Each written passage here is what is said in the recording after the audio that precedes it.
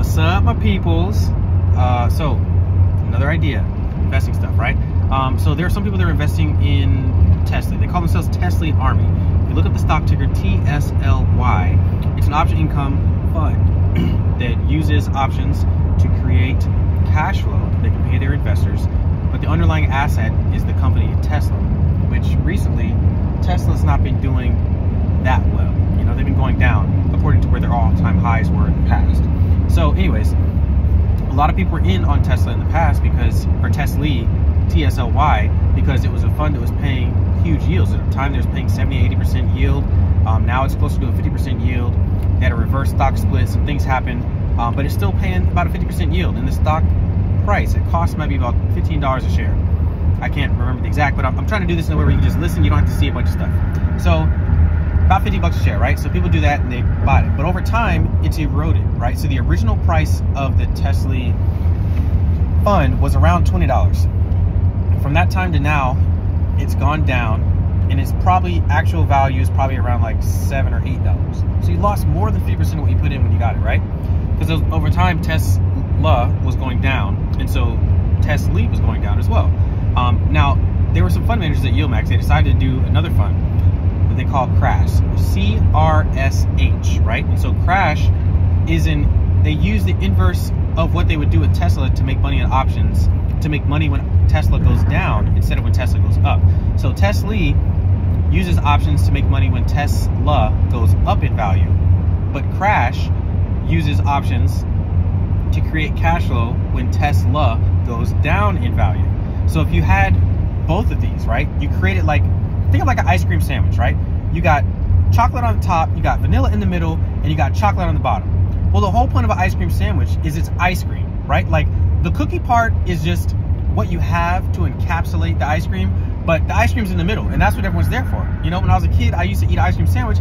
I'd be licking out the ice cream, and then I'd chew on the wafers after. But anyways, if you have Crash and you have Tesla, the difference in having both of these funds at the same time is that they both generate monthly premiums to pay you in dividends. And so if Tesla, for example, is going down in value, and then like for this month example, Tesla paid 64 cents per share, right?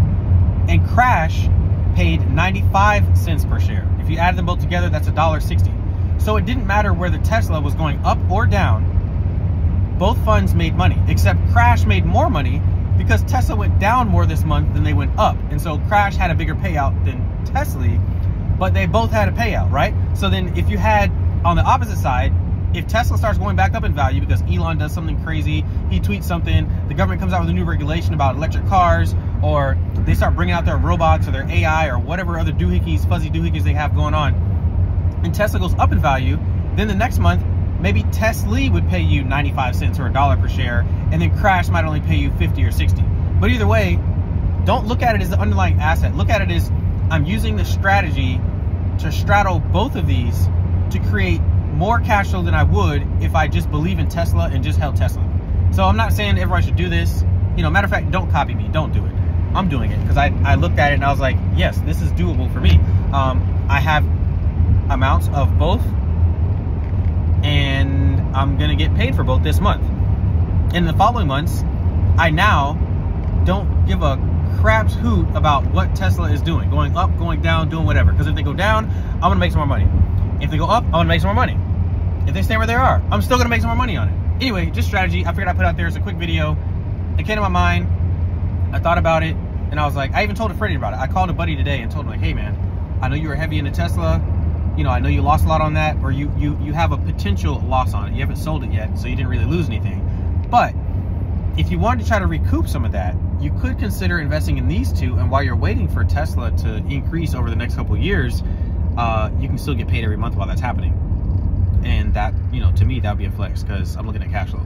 So, and again, investing for cash flow is a different mindset than investing for capital gains, because there are other alternative ways. You have to think about what you're doing to come to a decision for what you want to do. But the goals are happening, and I'm just going to keep thinking through these ideas. I mean, it's new to me. Like, it's totally new to me because that's not how fundamental traditional investing strategies work. But having a cash flow mindset, it's working. And so, you know, I'm gonna keep doing it. But if other ideas pop up, I'm gonna tell some more people, because I know some people now that invest on the inverse relationship funds. You know, like the S&P 500 inverse fund or the leverage funds, you know, they use those. So if it's going down, they buy one. If it's going up, they buy the other. And then later they wait and then they sell it to get whatever profit they made on it. So, I mean, it's very similar to strategies people already do, except with those other funds, since they don't pay monthly dividends, you don't get paid monthly for holding them. So if you buy one when it's down, you might have to wait 30 days, 60 days, a quarter, a month, a year, whatever, for it to go back up and for you to make a profit on it. And you have to wait until that happens, because you can't predict the market. But what I can predict is this. Those other funds in the prospectus, they say they're going to pay a dividend every month. That's literally how they're made, so they're going to keep doing that. And if they keep doing that while I'm waiting for it to come back up, I'm going to make money. Because I got into Tesla early on, and I have like a 40% loss in Tesla. But I don't really care, because I still get paid every month from it. And I'm using those funds in other areas to grow other cash flow. So even though it's there, I'm not worried that there's a potential loss. I mean, I haven't sold the share, so I really haven't lost anything. I'd only lose it if I sold it right now at a loss. But every day I hold on to it, every month I hold on to it, I'm getting another payout. And I'm getting another payout every month. And as that continues to happen, I'm offsetting what I put into it. You know, at some point I can go back and look at my dividends for that fund, and I'll be paid back the total amount that I put into it, because it's still giving about a 50% yield. So the original amount I put in, I'm still getting about the same yield as I was before. So in 2 years, this should be paid off. That's my estimation. I mean, maybe I'll come back and reference this video that in 2 years it should be paid back. But in the meantime, I'm in crash too. So like, instead of getting just a 95-cent dividend or a 50 or 60 something cent dividend, it added up to $1.60. That's great. Yeah. Anyways, that's it. All right, bye.